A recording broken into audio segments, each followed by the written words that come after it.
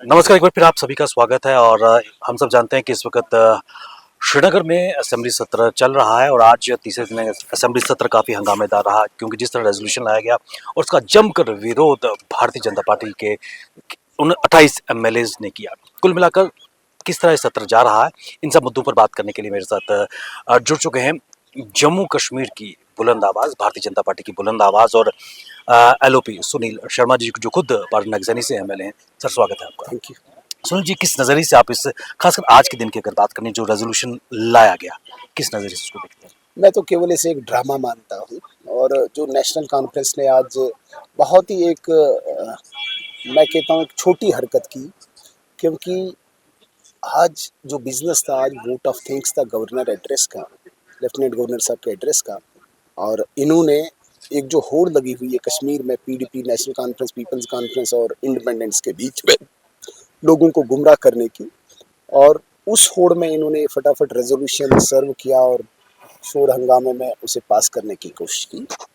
हालांकि हम सब जानते हैं इस रेजोल्यूशन की कोई लीगल सैंक्टिटी नहीं है, कॉन्स्टिट्यूशनल वैलिडिटी नहीं है, क्योंकि जो रेजोल्यूशन इन्होंने लाया ये चैलेंज करता है पार्लियामेंट को, ये चैलेंज करता है सुप्रीम कोर्ट को।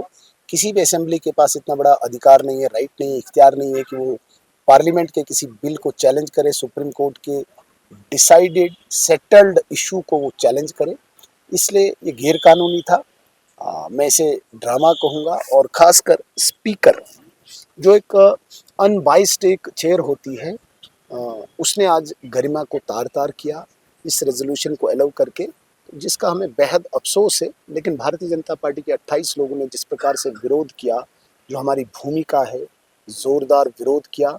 जब तक भारतीय जनता पार्टी का एक भी विधायक सदन के अंदर है, नेशनल इंटीग्रिटी की बात है, सॉवरेनिटी की बात है, संप्रभुता, एकता, अखंडता की बात है, इस पर कोई कंप्रोमाइज़ नहीं होगा, किसी भी एक वर्ड पे भी नहीं होगा। सूरज जी, क्या एक विडंबना ये है कि एक कंट्राडिक्शन खुद ही इंडिया अलायंस में नज़र आ रहा है क्योंकि एक स्वर ये भी सुबह निकल के आया था जब चुनाव से पहले कि अ, केंद्र में जब हमारी सरकार आएगी तब हम 370 और स्पेशल स्टेटस पर बात करेंगे। लेकिन जिस तरह पहले ही दिन वहीदुर रहमान परा ने रेज़ोल्यूशन लाया और कहीं न कहीं उमर अब्दुल्ला ने कहा इट्स फॉर द कैमराज़, तो इनर एक कंट्राडिक्शन इंडिया अलायंस कांग्रेस और एनएनसी के मैं बीच नज़र आ इसी रहा है। बात पे आ रहा था, मुझे आज बड़ा तज्जुब हो रहा है, बड़ा अंदर से मैं कहता हूँ कि बड़ा शॉक्ड भी हूँ।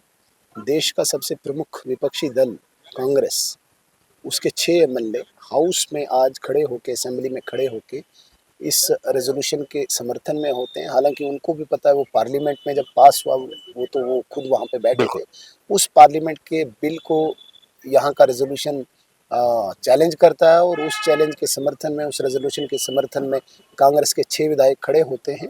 ये कहीं न कहीं दुर्भाग्यपूर्ण है। आज देश की जनता कांग्रेस से सवाल पूछती है कि वो अपना स्पष्टीकरण दे, वो अपनी क्लैरिफिकेशन दे। क्या वो इस रेजोल्यूशन के हक में है, पक्ष में है, या इस रेजोल्यूशन के विरोध में है? आज जनता उनसे सवाल पूछती है। अगर वो समर्थन करते हैं तो पूरा देश उनसे जवाब मांगेगा, अगर वो विरोध करते हैं तो फिर तो नंबर कम है, फिर तो सरकार के लिए भी नंबर कम है। कहीं न कहीं कांग्रेस पर पूरी गाज गिरती है। एक मेंबर अरविंद केजरीवाल साहब का है, उसे भी स्पष्ट करना चाहिए। उधर तो वो वोट देते हैं, यहाँ पे वो विरोध करते हैं। तो कन्फ्यूजन, क्रॉस, मेस मचा हुआ है जो नेशनल कॉन्फ्रेंस ने मचाया। ये ले दे के फिर जम्मू कश्मीर को उस वायलेंस पे लाना चाहते हैं जो अब सुधर चुका है, जहाँ पे अब अमन आया है, जहाँ पे स्ट्रीट वायलेंस टोटल खत्म हुआ है और केवल टेररिस्ट के साथ हमारी सुरक्षा और सेना के हमारे जांबाज सिपाही लड़ रहे हैं। तो दोबारा से वहाँ जो जम्मू कश्मीर को स्ट्रीट वायलेंस पे लाना चाहते हैं, वो भाजपा होने नहीं देगी। सुनो जी, क्या ये लगता नहीं है कि यही सवाल भारतीय जनता पार्टी ने कांग्रेस से ड्यूरिंग इलेक्शन कैंपेन के दौरान भी पूछा था कि कांग्रेस स्पष्ट करे कि 370 पर उसका स्टैंड क्या है, लेकिन कांग्रेस उससे बचती आई है और आज जिस तरह कांग्रेस ने इस रेजोल्यूशन को सपोर्ट किया, क्या एक दोहरा चरित्र मापदंड कांग्रेस के सामने आ बिल्कुल, रहा कांग्रेस का शुरू से ही दोहरा चरित्र रहा है, ड्यूल कैरेक्टर रहा है इनका, और कश्मीर को लेके तो बिल्कुल ही रहा है। उनका राइट फ्रॉम 1947 से आप देखते आइए, उन्होंने 1/3 भूभाग हमारा यहाँ से खो दिया उनकी वजह से। उन्होंने प्लेबसाइट के नारे को यहाँ पे जन्म दिया। उनका सबसे बड़ा नेता यहाँ पे आके वो कहता है कि यूएनओ में जाएंगे। कांग्रेस का हमेशा दोहरा चरित्र, कभी तो कांग्रेस यहाँ पे होती नहीं थी, आपको शायद नहीं पता होगा। राइट फ्रॉम 1947 टू 1966 यहाँ पे नेशनल कॉन्फ्रेंस का सुप्रीमो ही कांग्रेस चलाता था। तो ये इनका आप अपना शेख नेहरू अकार्ड देखिए, इनका आप फारूक इंदिरा अकार्ड देखिए, शेख इंदिरा अकार्ड देखिए, राजीव फारूक अकार्ड देखिए, उमर राहुल अकार्ड देखिए, हमेशा इन्होंने जम्मू कश्मीर को इसी प्रकार से गुमराह किया और आज फिर किया। आज लेकिन जवाब मांगेगा पूरा देश इनसे कि भाई आप इसके हक में हैं या इसके विरुद्ध में। 5 अगस्त 2019 के बाद जम्मू कश्मीर और खासकर कश्मीर के हालात की बात करें तो कश्मीर जम्मू कश्मीर कहीं ना कहीं विकसित भारत की जो बड़ी डेफिनेशन उसको दिखा रहा है। जिस तरह दिवाली के दिन पूरी तरह कश्मीर और लाल चौक ऐतिहासिक लम्हा वो देखने को मिला, दीपमाला से पूरी तरह सुसज्जित नजर आया, पत्थरबाजी आज इतिहास का हिस्सा बन चुके हैं, जम्मू कश्मीर बदल रहा है। लेकिन इस तरह के पीडीपी और नेशनल कॉन्फ्रेंस का जो एजेंडा है, ये मानना जा रहा है कि कहीं ना कहीं लोगों को एक बार फिर बरगला रहे हैं, गुमराह कर बदकिस्मती रहे हैं। है, मोदी जी यहाँ पे मुफ्त राशन दे रहे हैं, सबको बाथरूम दे दिए, प्रधानमंत्री आवास योजना के घर दे दिए, इलाज के लिए दवाई के लिए पैसे दे दिए, मतलब हर चीज़ घर में पहुंचा दी है नरेंद्र मोदी जी ने। अब पीडीपी और नेशनल कॉन्फ्रेंस इनको पत्थर फेंकवा के यहाँ पे गोली चलाने चाहती है, क्योंकि बाकी सारी चीज़ें तो नरेंद्र मोदी जी ने दी। जो दवाई के लिए इनको मजदूरी करनी पड़ती थी उसके लिए भी 5 लाख का इंश्योरेंस दे दिया। अब इनको कोई दूसरा काम नेशनल कॉन्फ्रेंस और पीडीपी करवाना चाहती है। चलो सड़कों पे पत्थर मारो, हम सियासत करेंगे, हम दिल्ली को डराएंगे, लेकिन नरेंद्र मोदी जी और अमित शाह जी वहाँ बैठे हैं, ये भूल जाएं अब वो कुछ होगा।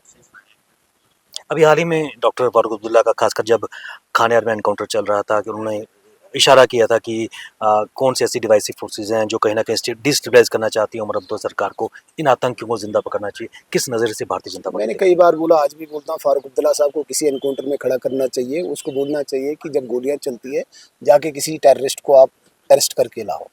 इम्प्रैक्टिकल बात, इम्प्रैक्टिकल पर्सन जिसको पता ही नहीं, गोली चल रही है और जवान खड़ा होके गोली खाएगा, बोलेगा तुझे मैं अरेस्ट करूंगा। ये क्या बातें हैं, बेतुकी बातें हैं। वैसे मैंने कहा है फारूक अब्दुल्ला साहब को 80% डिस्काउंट दे देना चाहिए, क्योंकि उसी स्टेटमेंट के बाद 2 घंटे बाद कोई और स्टेटमेंट दे देंगे तो वो चलता है उनका।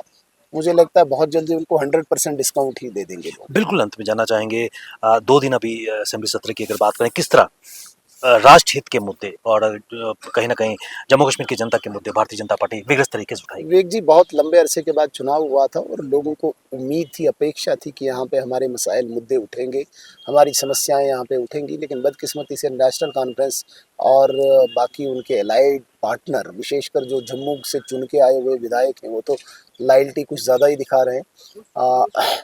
वो उन लोगों के मसाइल को छोड़ के ज़बरदस्ती एक गैर कानूनी चीज़ें वहाँ पे लाना चाहते हैं, जिसका हम विरोध करेंगे। और जब तक इस गैर कानूनी बिल को, रेजोल्यूशन को वापस नहीं लेंगे, तब तक हम हाउस चलने नहीं देंगे। सुनील जी, आपका बहुत बहुत धन्यवाद, आपने अपना कीमती समय निकाला। ये थे भारतीय जनता पार्टी के कद्दावर नेता और एलओपी सुनील शर्मा जी, जिन्होंने जो सत्र चल रहा है उस पर प्रकाश डाला।